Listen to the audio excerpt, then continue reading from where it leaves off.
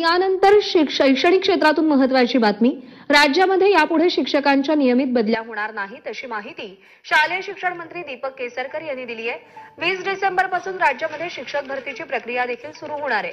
निवडणूक आयोग जनगणनेव्यतिरिक्त इतर कोणतेही शासकीय काम शिक्षकांना दिलं जाणार नाही, देता येणार नाही असंही सांगितलं गेलंय।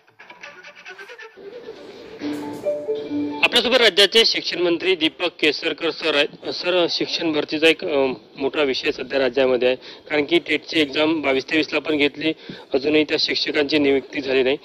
काय कारण आहे आणि कधी आपण शिक्षक भरती घेणार आहात? लवकरच भरती होईल, थोडासा पेशन्स ठेवला पाहिजे। आता एक 8-10 दिवसाचीच गोष्ट आहे, होऊन जाईल।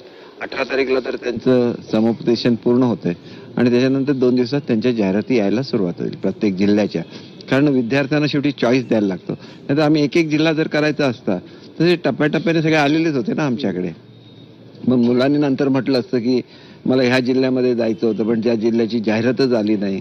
त्यांनी स्वतःच्या हिताचा सुद्धा विचार केला पाहिजे की मला नेमकं कुठे जायचंय, कारण आयुष्यभर आता तिथंच राहायचंय, त्याच शाळेवर राहायचंय, डेडिकेशन करायचंय त्या गावाच्या प्रती, तर ते सिलेक्शनचा तुम्हाला अधिकार असतो। जिल्हा परिषद शाळेसाठी आता असं आपण धोरण आणत आहे की एका शाळेवर एकच शिक्षक, ऑलरेडी आम्ही आणलेलं आहे। एकच शिक्षक असं नाही, शिक्षकांनी आपलं चॉईस करायचं आणि नंतर मग त्यांची बदली नाही, बदलीची एक टांगती तलवार असते शिक्षकांवर, ती आम्ही दूर करतोय।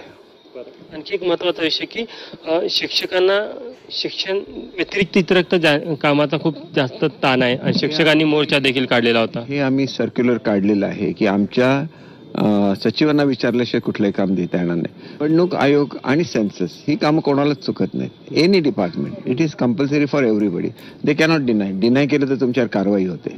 शाळा समायोजनाच्या माध्यमातून समूह शाळा एक नवीन संकल्पना आली, कुठेतरी जिल्हा परिषदच्या शाळा कमी करण्याचा देखील एक आरोप होतो सरकारवर। नाही, बिलकुल नाही, एकही शाळा बंद होणार नाही।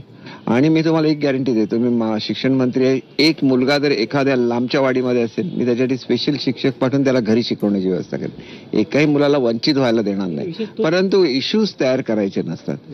प्रत्येक ज्या मुलाला ह्याच्यामध्ये जायचं असेल समूह शाळेमध्ये, त्याच्यासाठी आम्ही ट्रॅव्हलिंगची व्यवस्था करणार।